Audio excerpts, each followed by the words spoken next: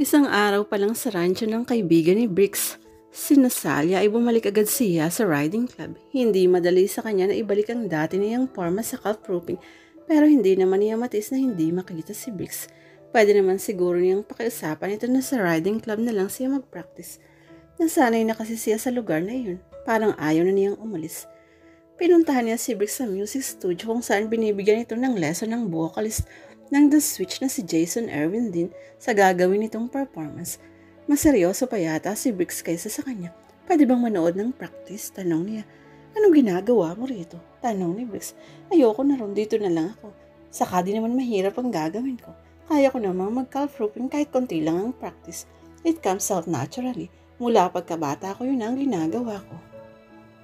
Ikaw ang bahala. Nagring ang cellphone ito. Sandali lang. Sinagot nito ang tawag. Yes, Sandy. Everything's ready. Oh, I love you. I will meet you in a half of an hour. Tatapusin ko lang practice na iyon. May date ka na naman. Magkasulubong ang mga kilay na tanong niya.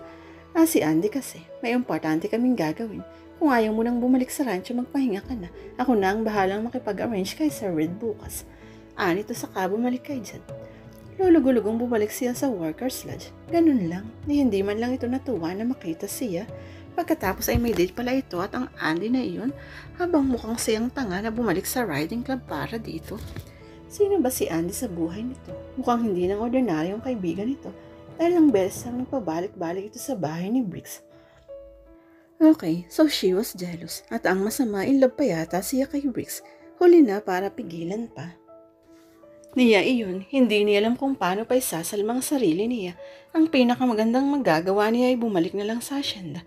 Wala siyang pakialam kung durug-durug man ang puso niya. Mananalo siya. Maraming naglalaro sa isip niya habang papunta sa villa ni Brix. Ayon kay Tamara ay nagmamadali raw itong umalis pagkatapos mapanood ang performance niya. Sabihin kaya niya na in love siya rito at ayaw na niyang umalis. Matutuwa kaya ito. Ilang metro mula sa villa ni Brix ay nakita niya ito sa labas ng gate, yakap ang isang babae, si Andy. Girl, you make me so happy. Pasigaw na wika nito. Of course, that is where I'm good at. Parang sinibat ang puso niya. Ang babaeng iyon ang magpapasaya kay Brix, pero kahit kailan ay hindi naman sabi sa kanya na kaya nitong pasayahin siya. Wala naman siyang ginawa kundi ang bigyan nito ng sakit ng ulo.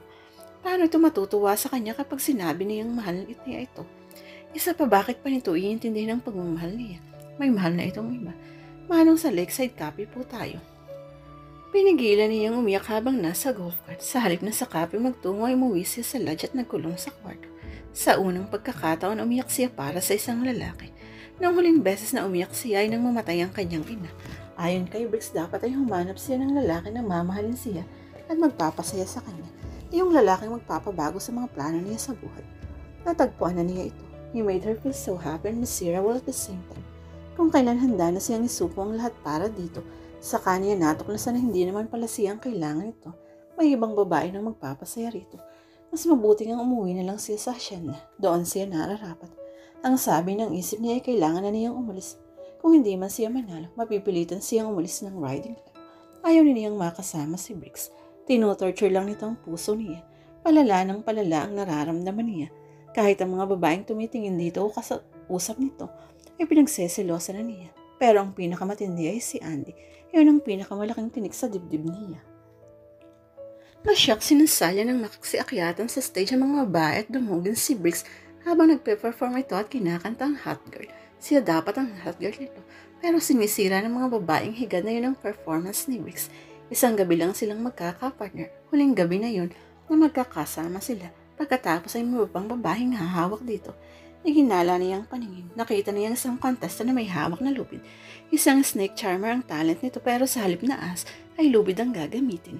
Pahiram ng lubid. Bago pa ito makahuma ay ginawa na niyang laso ang lubid. Halos hindi niya tinitingnan yun habang ibinubuhol dahil matalim ang tingin niya kay Brix na pinagkukumpulan ng 6 na babae sa stage. I got nothing to prove. I ain't got nothing to lose. Enjoy na enjoy si Brix sa pag-perform kahit na nakakapit pa ang mga higa dito. If you need someone to use, I can take the abuse.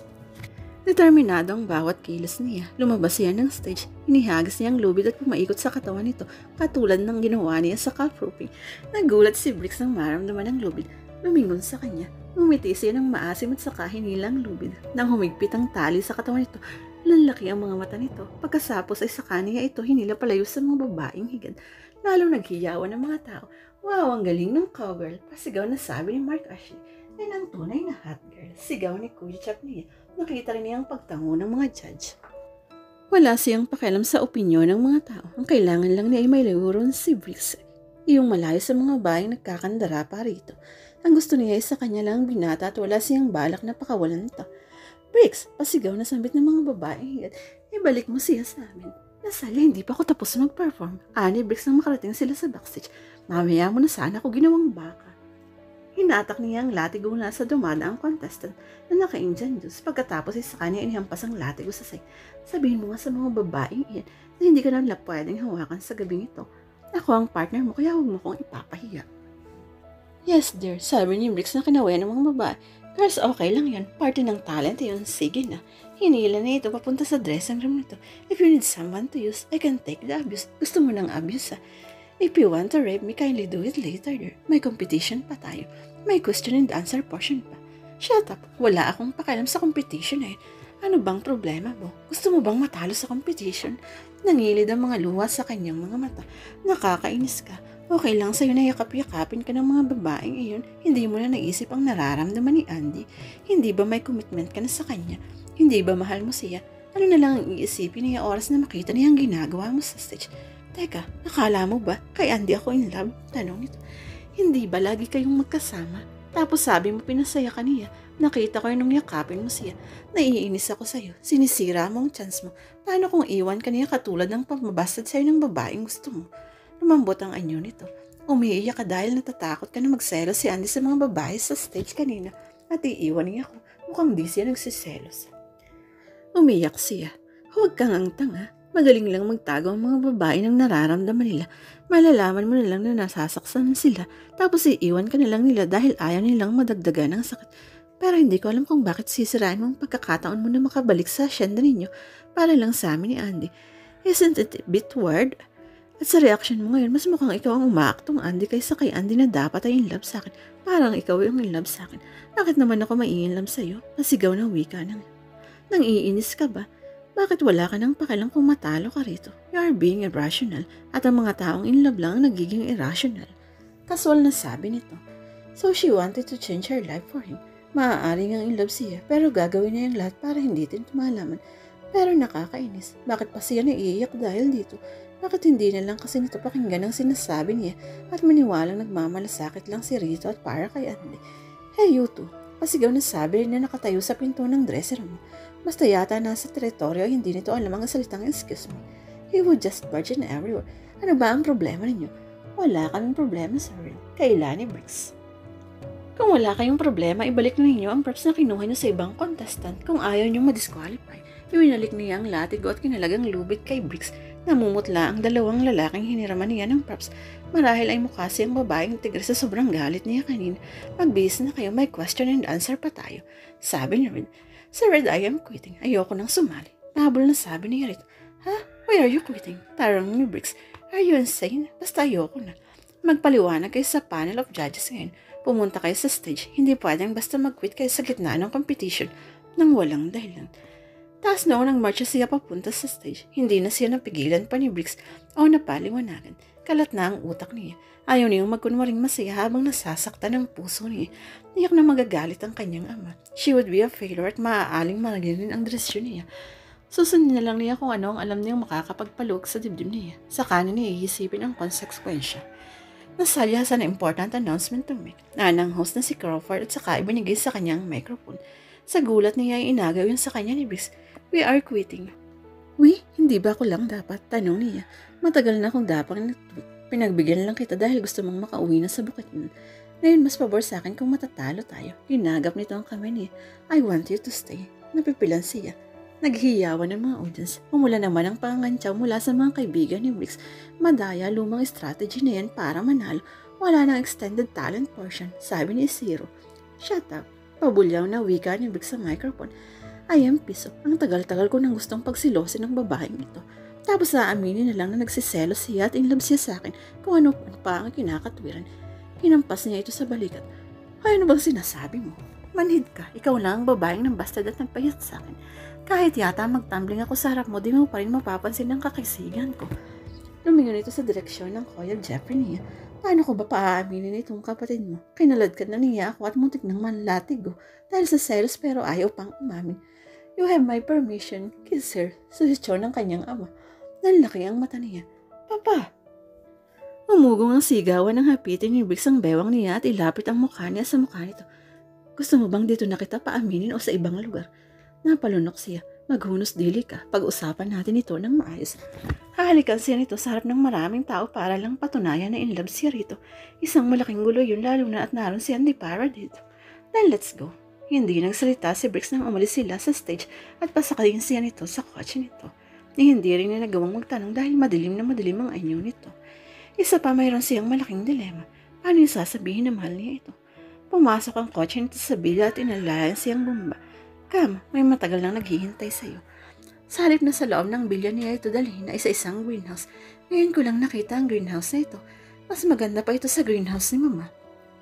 Pumitas ito ng orchids na katulad ng rare orchids sa greenhouse ng kanyang ina. Saka ipinaipit sa kanyang tenga. Ipinagawa ko ito para sa'yo. Ayoko nang umalis ka. Gusto ko dito ka lang sa tabi ko. Kung kailangang dalhin ko ang bukod mo dito, gagawin ko. I love you. He held her head and kissed her tenderly. Iyon ang unang pagkakataon na narinig niya ang mga salitang iyon mula rito. It sounded so true and so real.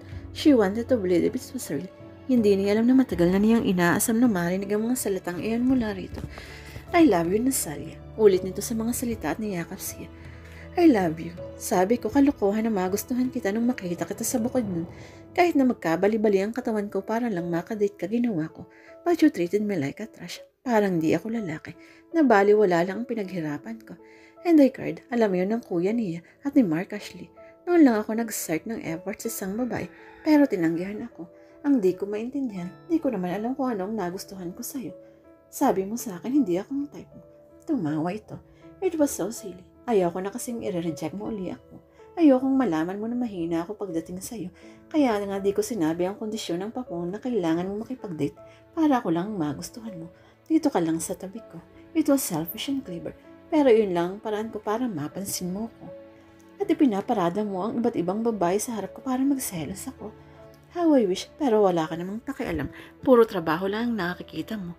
At nang malaman mo ang totoo, nag-backfire ka ng plano ko. I-date mo ang lahat ng lalaki sa mundong nalaiban lang sa akin. Buti na lang naagapan ko. Tama ka naman, hindi fair kung ihaharap ko kay Papa ang lalaking di ko mahal. Before I realize it, mahal na kita. Ayoko nang umalis sa tambo. Gusto ko nang sabihin sa'yo na mahal kita, kaso nakita kita. Masaya ka. Kay Andy. Si Andy? Look around you, Nasalia. Lahat ito gawa ni Andy. Horticulture artist siya at expert sa landscaping. Siya ang kinuha ko para gumawa nitong greenhouse. Saka di mo rin siya dapat pagsilosan. Engage na yun. Totoo, wala kang gusto sa kanya. Nakahinga siya ng maluwag na wala nang tinik sa dibdib niya. Mas dasyado siyang pinangunuhan ng selos kaya hindi niya nakikita ang ginagawa ni Briggs ang lahat para mahalin niya ito. Tatanga-tanga kasi siya pagdating sa lalaki. How could I look at another girl when you have already lost my heart? He cupped her face and planted a kiss on her lips. Please don't go. Stay with me. Nang halikan ulit siya ni Briggs, hiniling niya na hindi na sana matapos iyon. It was a perfect night. The start of forever. Hindi na niya pakakawalan ng pagkakataon na maging masaya sa piling nito. Nabaguhin niya ang lahat ng plano niya para dito. Ito ang mundo niya. Kung nasaan ito, doon na rin siya. Nag-ring ng cellphone ito. Ano? Huwag nga kayong istorbo.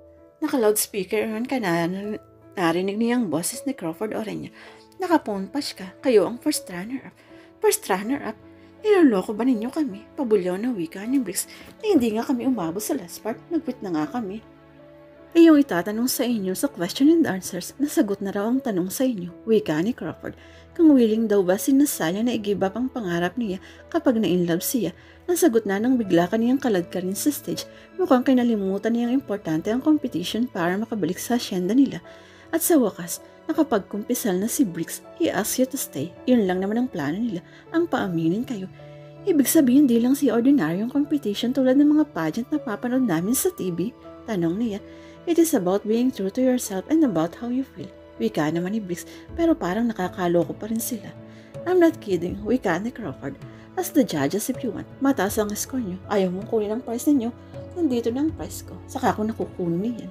Sabi ni Briggs na ini-off ang cellphone. Mga wrong timing ang mga iyan. Nanalo ba talaga tayo? Ani yan. Does it matter? We have each other now. Hayaan mo na nga mga istorbo na yun. Basta dito lang tayo. Ano nga ba naman ang hinihingi niyang premyo? Mas magandang premyo pa ang nakuha niya. The man who brought her unexpected happiness loved her na kahit ano pang pagtatalo nila. Iisa pa rin ang nararamdaman nila. I like that idea. I love you, Briggs Robles. Kahit mas bagay akong calf kaysa cowboy, basta ako ang maninilo ng lasa sa'yo at wala nang iba kung hindi matitikman nila ang bangis ko. And my feelings for you won't change. Kahit pa siguro gulpuin mo ako araw-araw at tawagin nila kung under, mahal pa rin kita. She was a woman with a plan. Wala sa plano niyang magmahal, pero yata ang tunay na kahulugan ng pagmamahal. Hindi man matupad ang mga plano niya, wala siyang pagsisisihan. Alam niyang magiging mas maligaya sa piling ng lalaking nagmamahal at nagpapaligaya sa kanya. Sa piling ni Briggs, malamang ay mag-aaway at mag-aaway sila, pero alam niya na sa huli, ito pa rin ang magbibigay ng kulay sa buhay niya.